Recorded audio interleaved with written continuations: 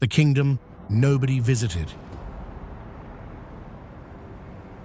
Until 2019, Saudi Arabia did not want tourists, religious pilgrims only.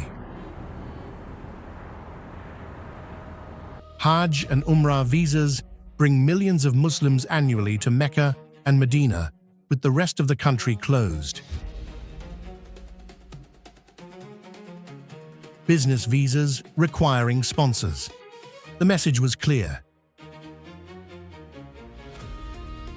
This kingdom belongs to Saudis and believers, not curious travelers. Then everything changed.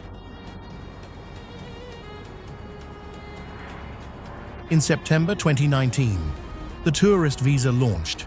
50 countries became eligible for e-visa. Cinemas opened, concerts happened, women could drive, the restrictions loosened. Vision 2030 promised to diversify beyond oil, with tourism as the target.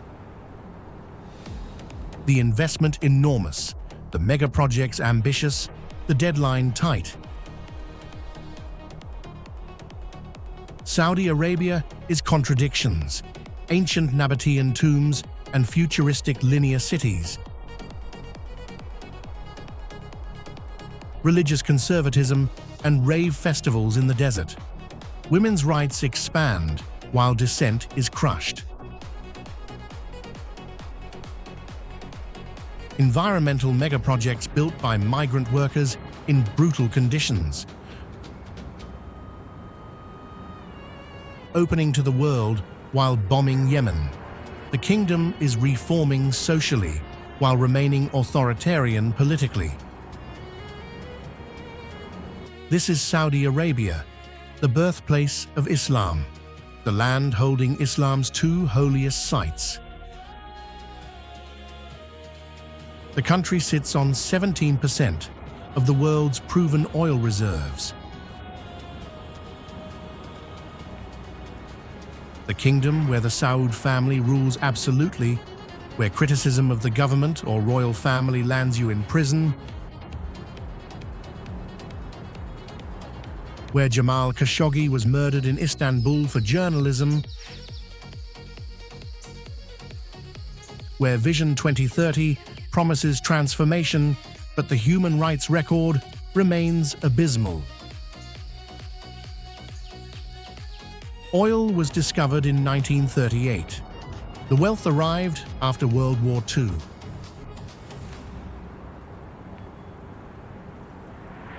The kingdom transformed from Bedouin society to one of the richest nations per capita in one generation. The money built cities, highways, airports, and universities. The wealth concentrated in royal family hands, 15,000 princes. With the distribution unequal and the system feudal, despite the modernity. If you want to see the kingdom that is opening its doors while keeping its secrets, subscribe to Passport Unfolded. We are exploring 40 places in the country that are rewriting its future while protecting its past. Let us begin.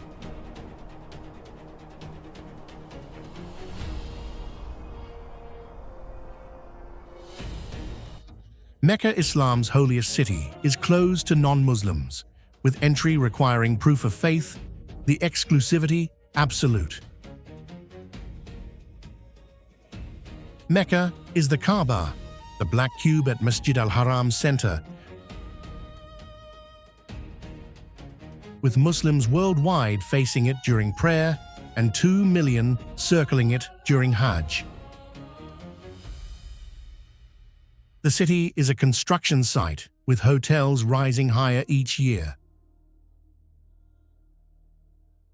The Abraj al-Bayt clock tower is taller than Big Ben, visible for kilometers. Criticized for overshadowing holy sites, with the architecture criticized as a Las Vegas mosque.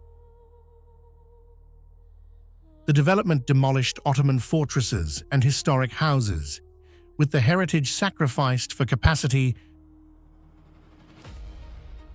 to accommodate millions of pilgrims, requiring space that history once occupied.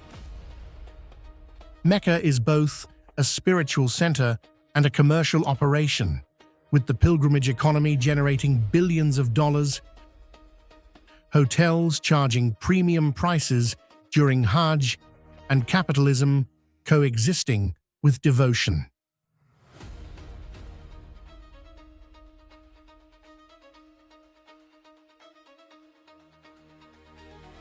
The second holiest city is where Prophet Muhammad migrated and where he is buried. Also closed to non-Muslims, with the restriction protecting the sacred space. Medina is Al-Masjid an-Nabawi, the Prophet's mosque, with a green dome marking his tomb, and pilgrims visiting after Hajj, with the combination completing the journey.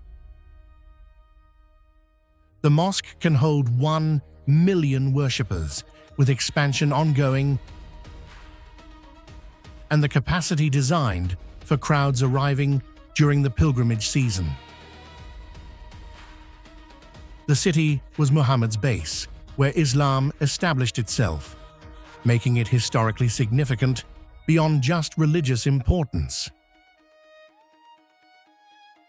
The city is expanding like Mecca, with historic sites demolished and hotels replacing Ottoman buildings. Critics mourn the heritage loss, but authorities prioritize pilgrims' accommodation. Medina is quieter than Mecca, more contemplative, with pilgrims spending days in prayer and reflection. The atmosphere spiritual despite commercialization.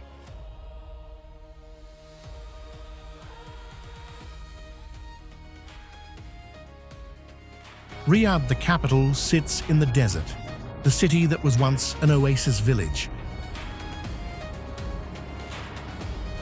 Now home to 7 million residents, with concrete and glass rising from sand. The growth is fueled by oil money and government spending, creating the economy. Riyadh is the Kingdom Center Tower and Al Faisaliya Tower, with the skyline defining ambition and modern architecture asserting the kingdom's wealth. The National Museum displays Saudi history with the narrative controlled, showing pre-Islamic artifacts, Islamic expansion, and the kingdom's founding.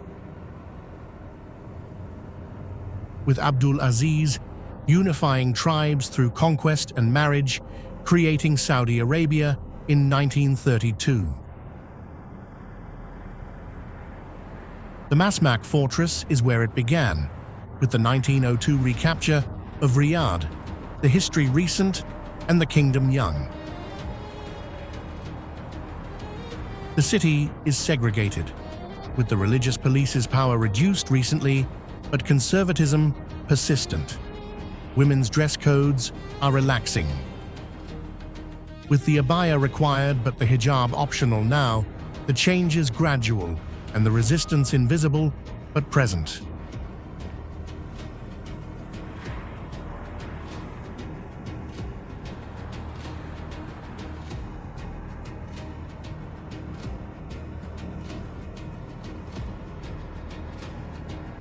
The original Saudi capital is a UNESCO World Heritage Site with mud brick architecture in Najdi style, showing where the Saud family originated and where Wahhabism was born. The alliance between Muhammad ibn Saud and Muhammad ibn Abdul Wahhab in 1744 created the ideological political foundation that persists. The site is being restored massively, with billions invested, transforming ruins into a cultural destination. Critics question whether reconstruction destroys authenticity. But authorities argue that preservation requires rebuilding. The walls are mud brick, the technique traditional, the materials local, the architecture adapted to the desert climate, with thick walls, small windows, and wind towers cooling interiors. Diriyah represents Saudi identity, the origin story, the heritage the government promotes,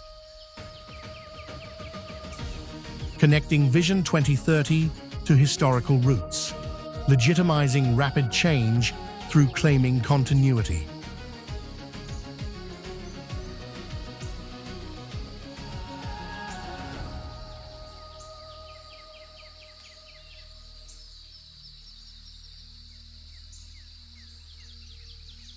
The crown jewel of Saudi tourism has enormous investment with rapid development, luxury resorts under construction,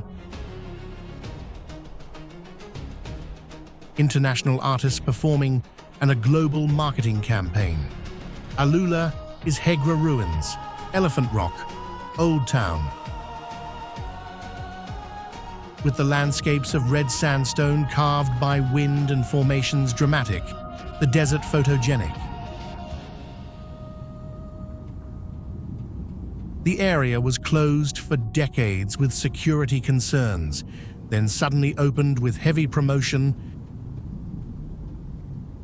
Celebrities invited, influencers flown in, with the campaign saturating social media.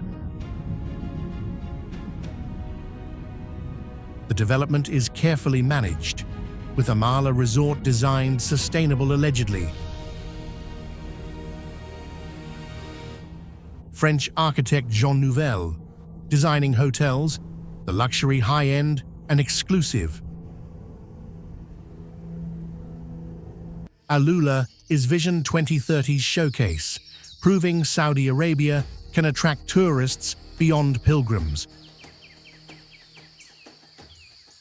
offering culture, nature, and luxury, with the government betting billions that the world will come, the success uncertain, the ambition undeniable.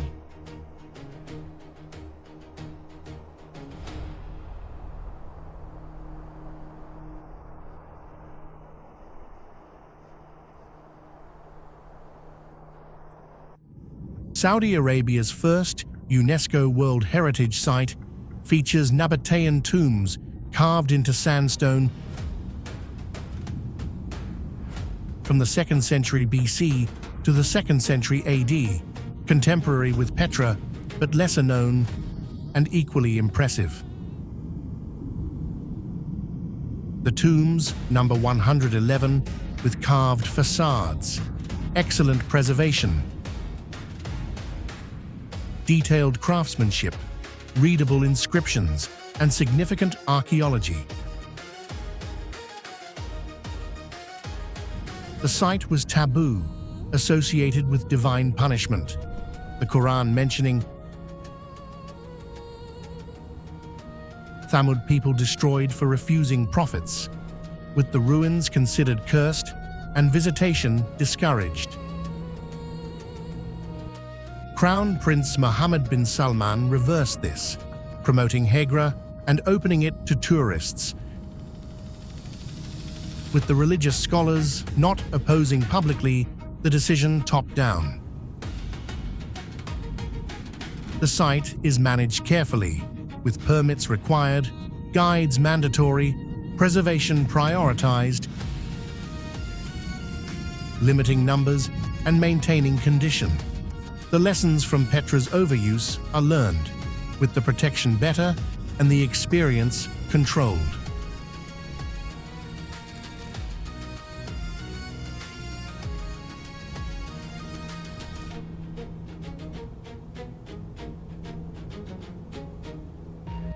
Jeddah, the Red Sea port, is the gateway to Mecca, with pilgrims arriving here before continuing to the holy cities. Jeddah is Saudi Arabia's most liberal city, with the Red Sea coast bringing openness, the diversity from centuries of pilgrims settling, and the cosmopolitan history creating tolerance that interior cities lack. The Corniche is waterfront development with parks, sculptures, families walking in the evenings,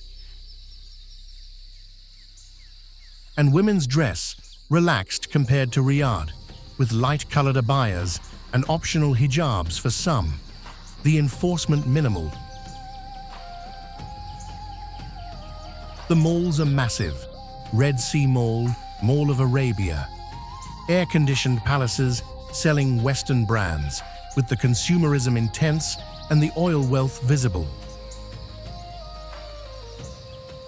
The city is humid and uncomfortable outside air conditioning, with summers brutal and winters mild.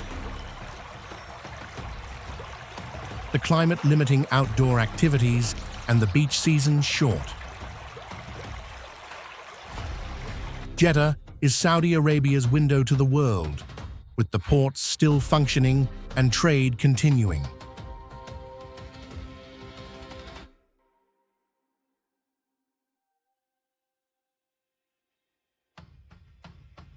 The Old Town is UNESCO listed with coral stone buildings, wooden balconies with mashrabiyah screens.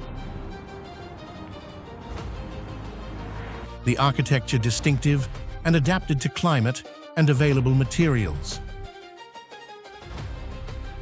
Al-BALAD is a preservation project, with buildings restored and residents compensated or displaced. The gentrification ongoing, authenticity versus development, creating tension typical of heritage sites. The souk sells everything: traditional goods, tourist souvenirs, gold shops numerous, with the commerce intense and the haggling expected. The houses are tall, 5 stories, constructed with coral from the Red Sea and limestone, with imported wood historically and detailed craftsmanship. The area was decaying, with residents poor and buildings crumbling. The restoration saving structures while displacing communities. The trade-off debated. Al-BALAD is becoming a museum destination, with residents fewer, tourists increasing, and authenticity decreasing. The preservation succeeding architecturally while failing socially.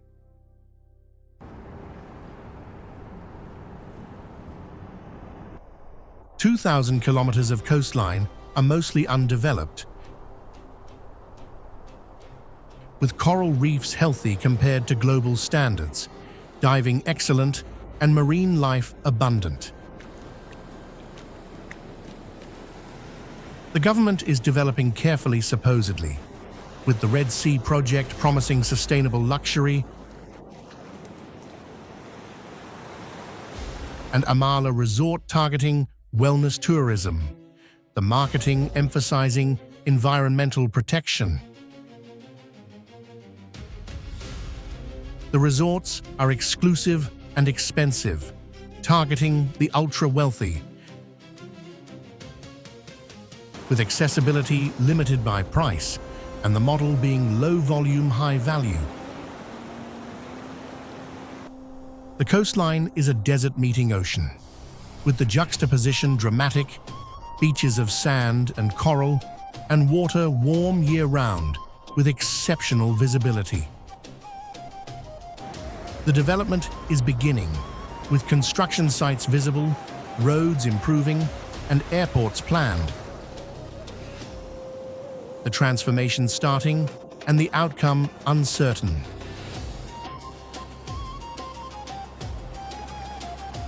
Claims of sustainability are questioned by environmentalists familiar with Saudi Arabia's usual approach to development.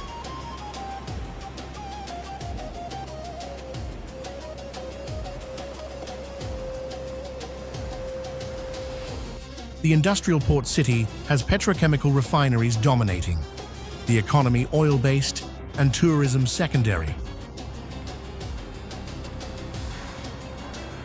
Yanbu is divided: Old Town historic, fishing village, new city planned, industrial, with the separation of geographic and cultural. The Old Town has coral houses and traditional architecture, with the souk functioning and residents continuing lives beyond tourism. The beaches are accessible, Red Sea diving is possible, and attractions are present but overshadowed by industry. The city is functional, with workers from across Asia, the diversity typical of Saudi oil cities.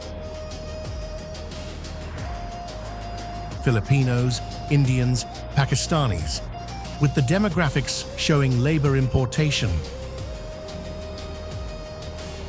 And the kafala system controlling workers, tying visas to employers, with the human rights concerns persistent. Yanbu is real Saudi Arabia, a working city, unglamorous, with tourism potential present and development beginning, the industrial character dominant.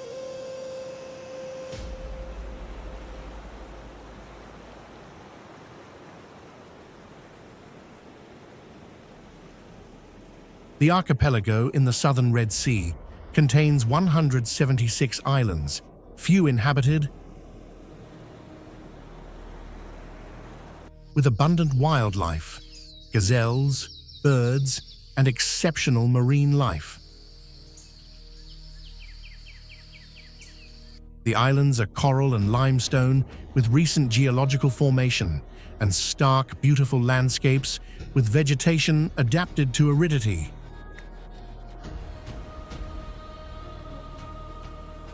The FARASAN gazelle is endemic and protected, with the population recovering from near extinction and conservation successful.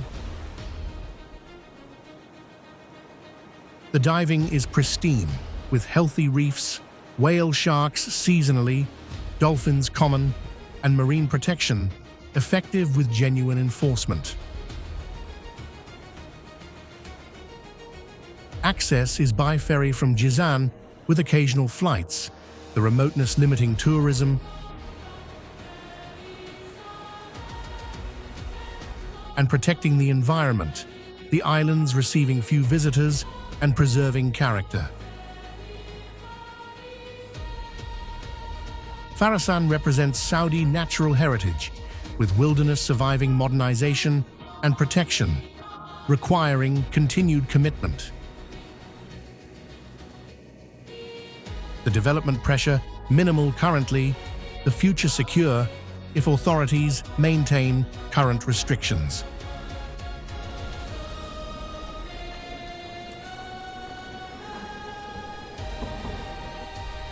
The mountain city sits at 2,000 meters elevation, the summer capital historically, with royals escaping Jeddah's heat and the climate cooler and the air clearer. TAIF is famous for roses, with the valley producing rose water, the harvest festival annual, the tradition centuries old, and the perfume industry significant. The souk sells roses and honey, the local specialties with traditional commerce. Shubra Palace is Ottoman architecture, now a museum displaying regional history. The cable car climbs to a viewpoint, with the perspective showing the valley, rose farms, and mountains beyond. TAIF is conservative, even by Saudi standards, with the religious influence strong, women's dress stricter, and social rules enforced, with liberalization visible elsewhere, arriving slower here. The city is authentic, functioning beyond tourism, with residents traditional and culture preserved, the modernization resistant.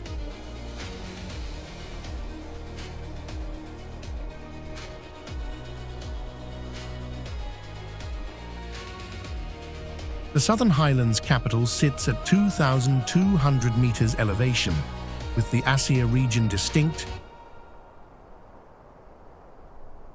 architecture different, stone and wood, with the style adapted to rain, unusual in Arabia.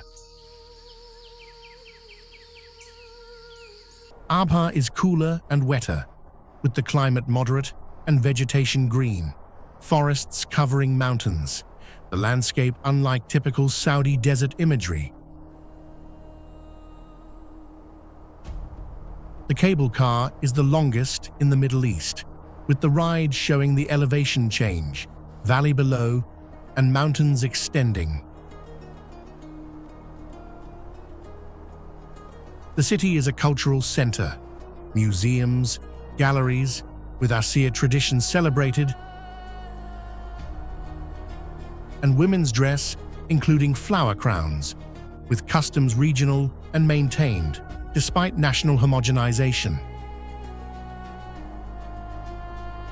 The city is pleasant and livable, with tourism domestic primarily, Saudis escaping heat,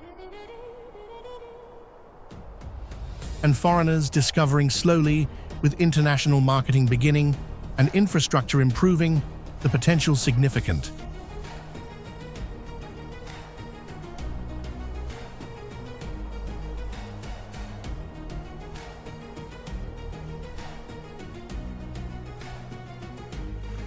The fortified village has stone buildings, rising multiple stories, with slate roofs unusual in Arabia, the architecture adapted to rain and defensive needs. The village is a museum, restored and maintained by the community, with residents preserving heritage and UNESCO recognition sought. The buildings are decorated externally with white geometric patterns on stone, the designs traditional, with each building unique and craftsmanship transmitted generationally. The interiors show traditional life, with furnished rooms and displayed artifacts, the history tangible. The village sits on a hill, with the defensive position clear and the approach visible. The location chosen for security and the fortification proving necessity. Rijal Al Mar is a heritage success, community-led preservation, government support, tourism revenue benefiting residents, with the model sustainable, proving cultural heritage can generate income while maintaining authenticity, respect, and community control.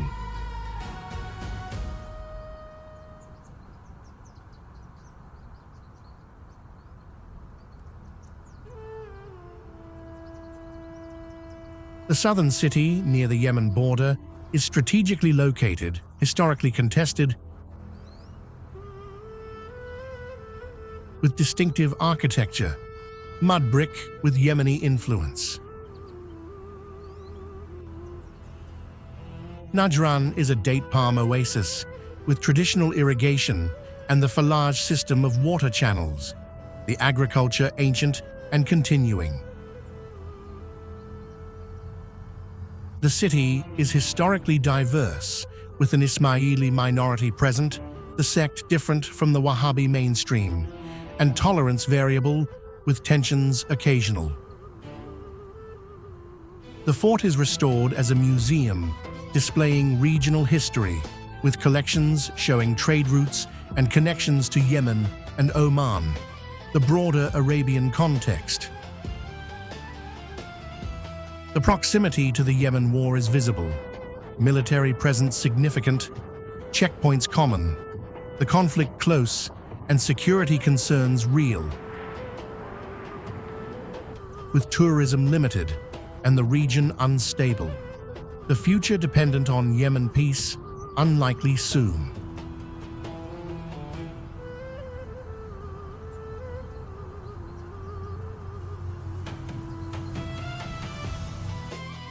The restored mud brick fortress was originally built for storing dates and protecting trade, with defensive and economic functions. The structure is massive, with thick walls and towers at corners, traditional Najdi architecture. With careful restoration, maintaining authenticity while ensuring stability. The interior shows storage rooms and living quarters, the layout demonstrating multiple functions. The fort as a community center, not just military. The views from the top extend across Najran Valley, the date palms, the city spreading, and mountains beyond. The fort is a tourist attraction, visitors domestic primarily, school groups visiting. Heritage education important, connecting young Saudis to pre-oil history, asserting continuity, an identity rooted in geography, not just ideology, the narrative building national pride beyond religious identity.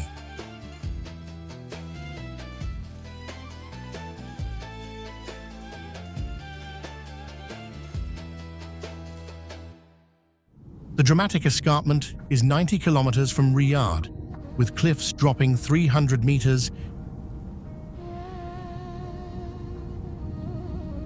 and views across the valley extending to the horizon, the emptiness overwhelming. The edge is a day trip requiring 4-wheel drive, with the track rough and the approach challenging, the destination rewarding. The formation is limestone with sedimentary layers visible, the geology readable, the ancient seabed evident, the desert's marine history obvious.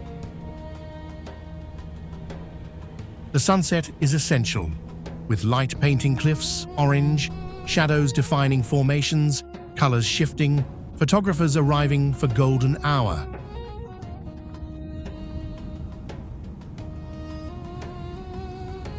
Camping is popular, overnight under stars, light pollution absent, Milky Way visible, the silence complete.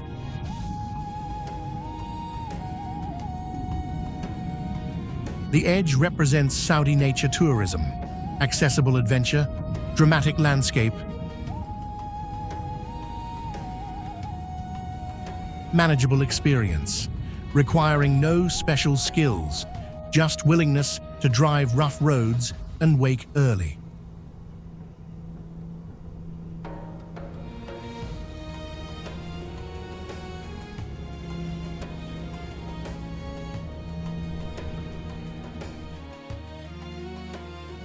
The world's largest sand desert covers 650,000 square kilometers, extending across Saudi Arabia, Yemen, Oman, and the UAE.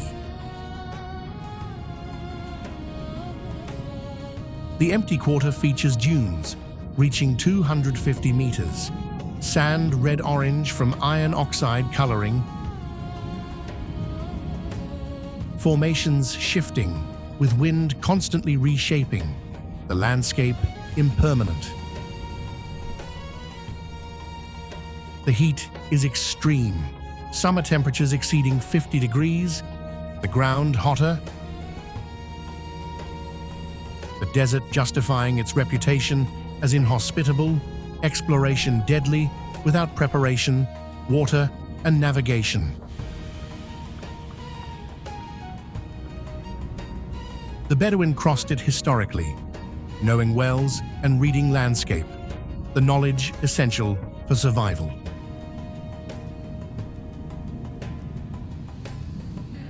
Oil lies beneath, with fields discovered and extracted.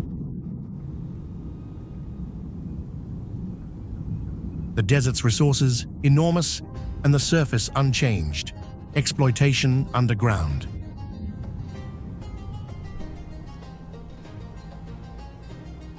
The empty quarter is wilderness, genuine emptiness, with silence absolute, isolation complete.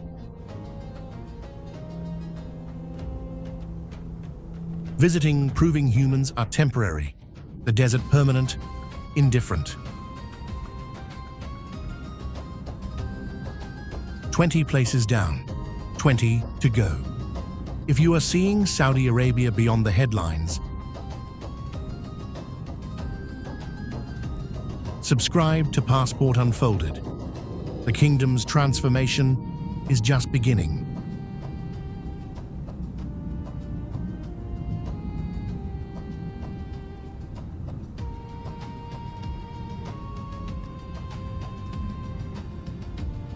The world's largest oasis is a UNESCO World Heritage Site, covering 85 square kilometers with 3 million date palms and springs, feeding irrigation, water-supporting agriculture for thousands of years.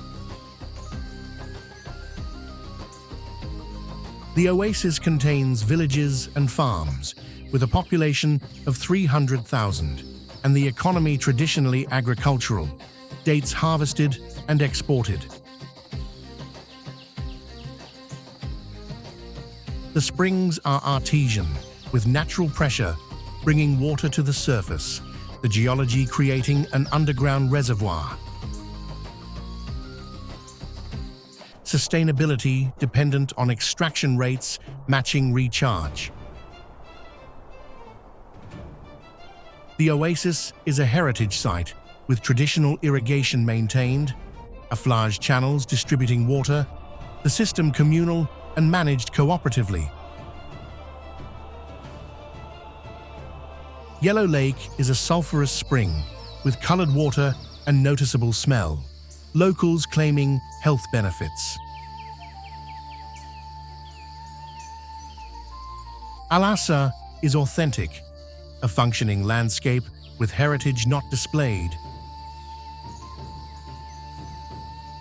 Tourism potential enormous, currently underutilized, with visitors, domestic and international discovery pending.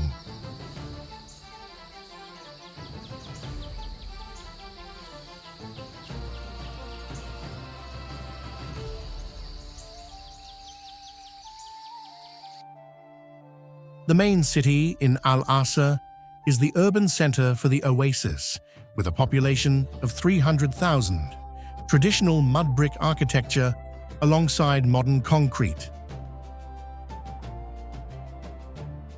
Souk Kaisaria is restored, a traditional market with covered passages,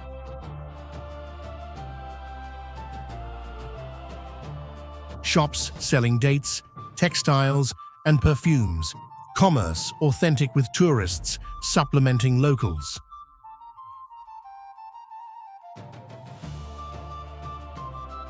Ibrahim Palace is an Ottoman fortress, later a Saudi administrative center with architecture showing defensive necessity. Thick walls, towers, the complex large, and restoration ongoing. The pottery is traditional, ASIR known for ceramics, workshops continuing craft, kilns firing, artisans teaching. The tradition maintained commercially and culturally.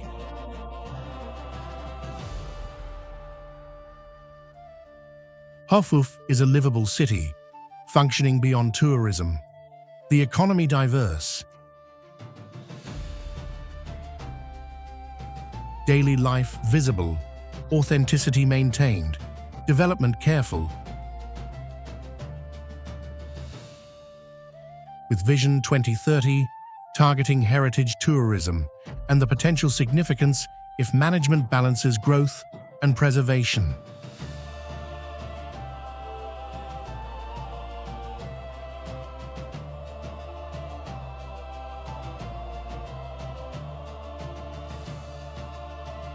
The Shia-majority city on the Gulf Coast has unusual demographics in a Sunni-dominated kingdom.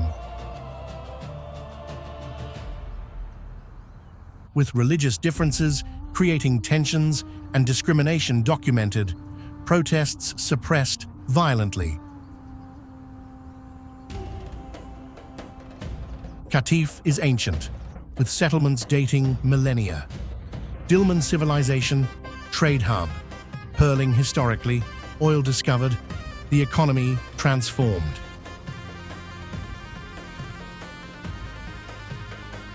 The old town features narrow alleys and traditional houses, some crumbling, heritage preservation insufficient, and investment elsewhere.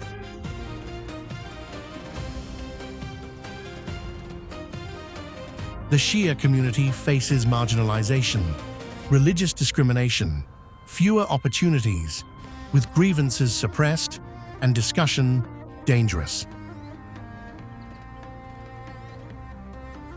Protests in 2011 to 2012 were crushed, with Saudi forces occupying neighborhoods, detentions, executions following.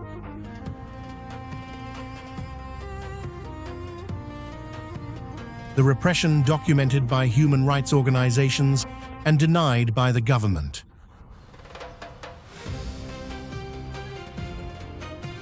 Qatif is complicated, a beautiful old town, rich history, ongoing discrimination. The reality is difficult, the tourism potential present, and the political climate prevents development.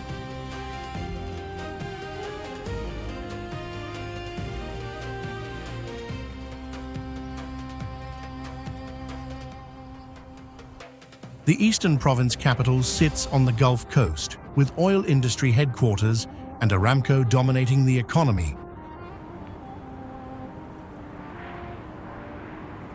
The company world's most profitable, controlling Saudi oil production. Dammam is modern and planned, industrial and functional. Not beautiful, the purpose is economical and the aesthetics secondary.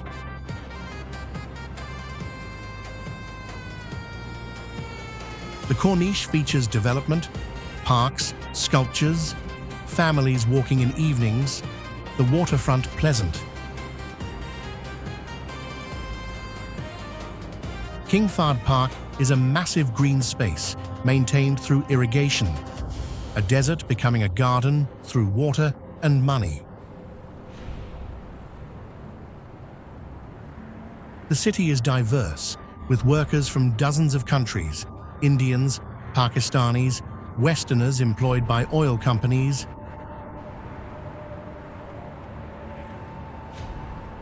The demographics showing labor stratification, Saudis in management, Westerners in technical roles, Asians in service, the hierarchy visible. Dammam is a working city, with oil wealth creating employment, and the lifestyle comfortable for upper classes. Difficult for workers, the inequality structured and normalized.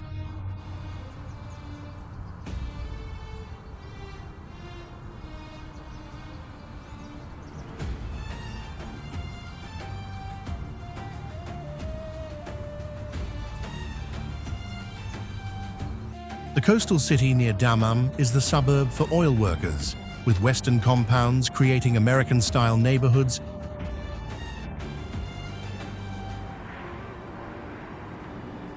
and gated communities where rules relax. Alcohol present unofficially. Women's dress, Western. The contrast with outside stark. Al-QARAH features shopping, restaurants, Half Moon Bay Beach Resort, waterfront Corniche.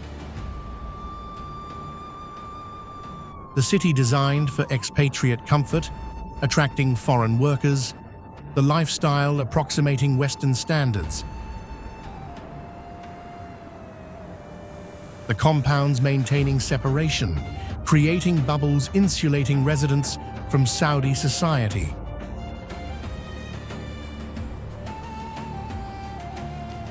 The city is easier for Westerners. The infrastructure is good, services available, English widely spoken. The adaptation to foreigners complete, the authenticity minimal, the Saudi culture optional. Al-QARAH represents the oil kingdom's compromise, providing foreign workers comfortable environments, enabling oil extraction while maintaining strict rules for Saudis outside the compounds, the double standard accepted as necessary.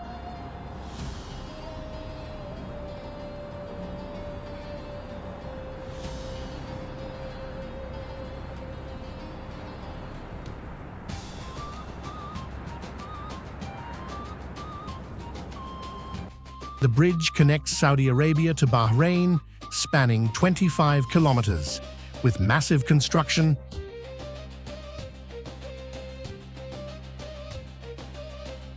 and causeway opening in 1986, transforming both countries' dynamics.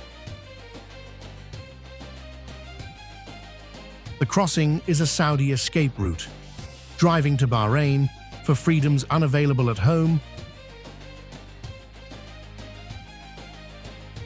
Alcohol legally available, entertainment less restricted, the weekend exodus significant.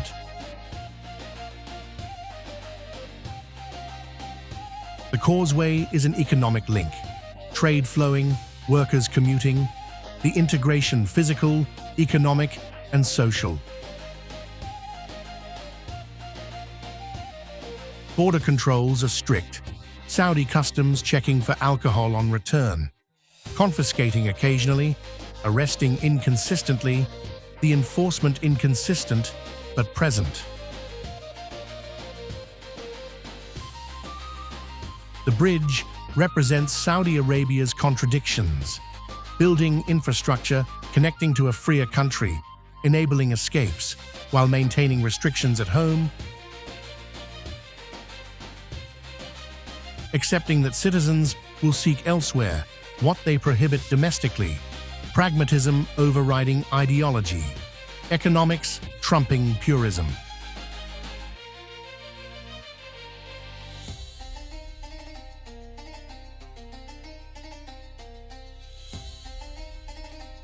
The northwestern city is the gateway to archaeological sites and the future NEOM megaproject.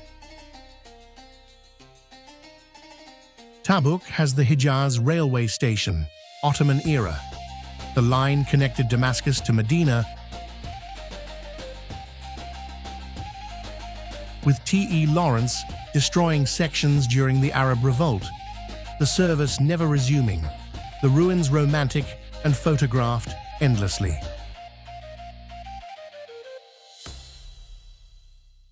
The city is a military base, strategically located near Jordan, the presence significant.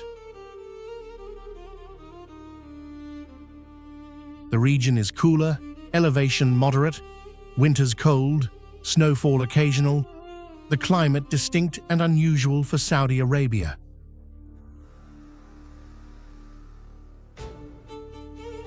Development is coming, with NEOM bringing investment, infrastructure, workers, the population expected to grow. The transformation beginning, the future uncertain, dependent on mega-project's success. The economy currently military and agriculture, soon to be diversified and disrupted, the change rapid and the trajectory unknown.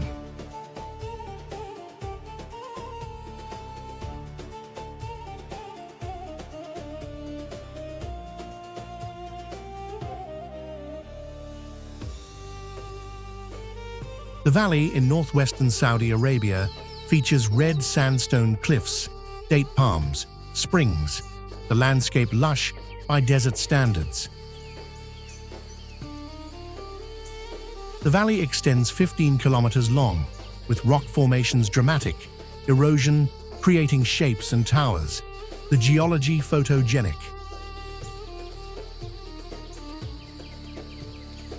The water is permanent, springs creating streams and pools.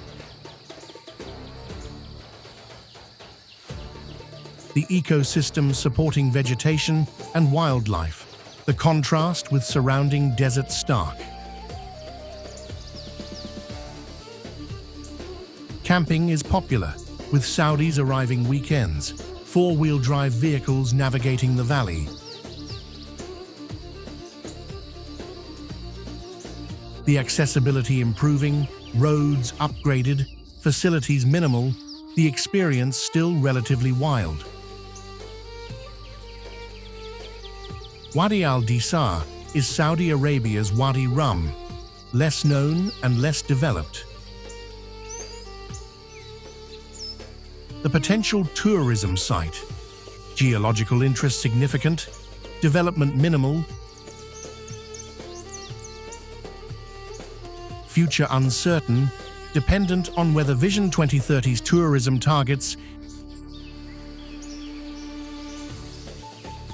include geological sites beyond coastal and archaeological priorities.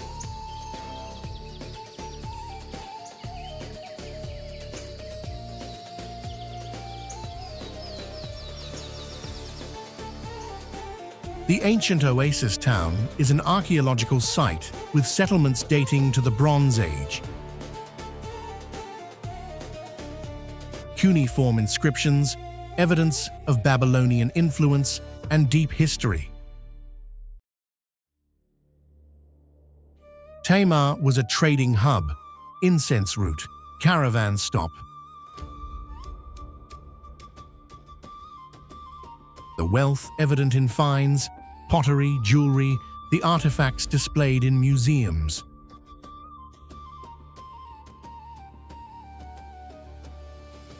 The Nabonidus stele is famous, the Babylonian king's inscription showing Tamar's importance, the reach of ancient empires. Bir Haddaj well is a massive traditional drawing system, the depth showing water table historically, now lowered. Pumps replacing buckets, the tradition ended, modernity necessitated. Tamar is a heritage site, potential enormous, development beginning, the town functional.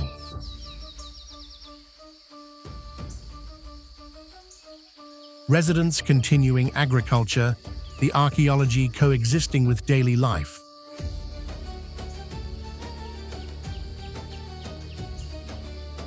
The site underutilized touristically, UNESCO designation pending, the recognition deserved, the protection requiring investment.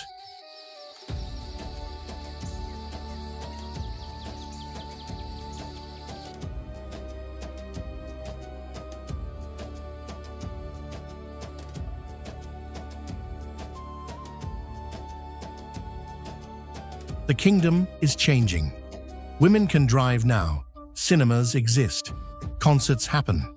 The religious police's power is reduced.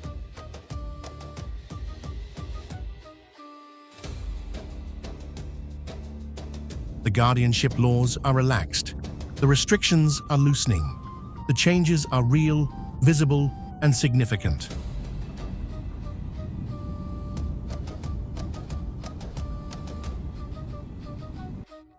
But Jamal Khashoggi was murdered and dismembered for journalism.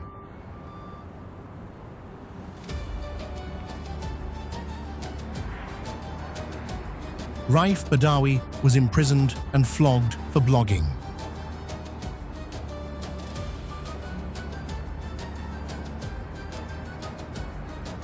Salman al-Auda faces execution for tweets. Women's rights activists are in prison while women drive.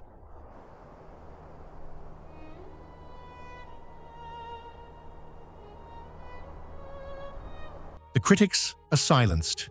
the dissent is crushed. The Yemen war continues, killing civilians, creating famine, and spreading cholera.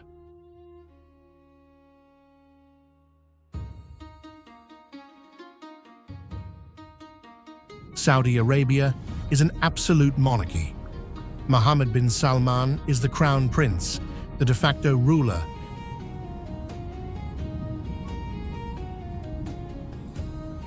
With his father King Salman aging and power transferred. MBS is both a reformer and an authoritarian, liberalizing society while consolidating power.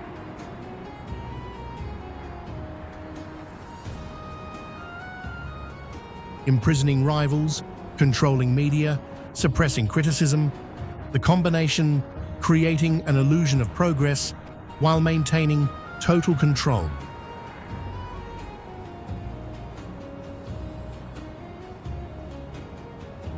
Vision 2030 is ambitious. Diversifying beyond oil is necessary. The reserves will last for decades, but dependency is a vulnerability.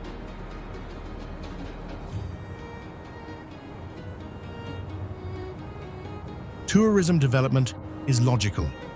The heritage is genuine, the landscape's beautiful, the potential enormous.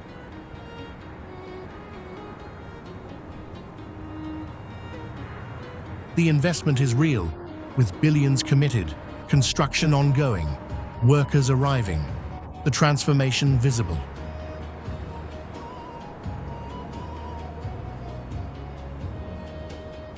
But the timeline is impossible. The projects are too ambitious. The estimates are inflated.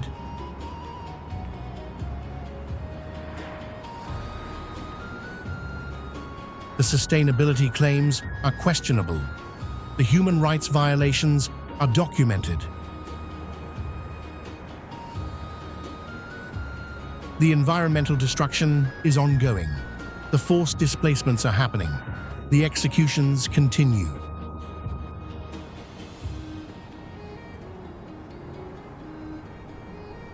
Saudi Arabia is contradictions, ancient and futuristic, religious and materialistic,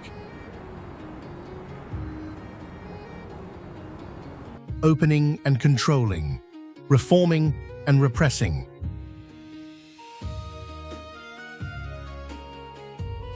The kingdom wants tourists' money without accepting tourists' values, wants foreign investment without transparency, wants international respectability without human rights, wants modernization without democratization. The kingdom is betting Vision 2030 will work, that tourists will come, that investors will commit, that the world will overlook the human rights record for economic opportunities, that oil wealth can buy transformation, respect, legitimacy.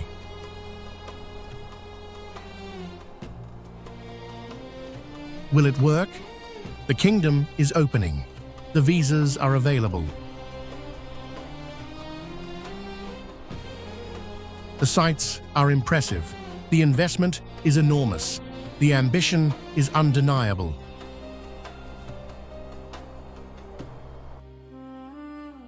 But the authoritarian foundation remains. The executions continue. The dissent is crushed. The war persists. The rights are conditional. The reforms are top-down. The future is uncertain. Subscribe to Passport Unfolded. Saudi Arabia is rewriting its story. Whether it succeeds or fails, the transformation is historic. We are documenting it. Join us. The kingdom of sand, stone, and silence. The sand is shifting. The stones are ancient. The silence is enforced.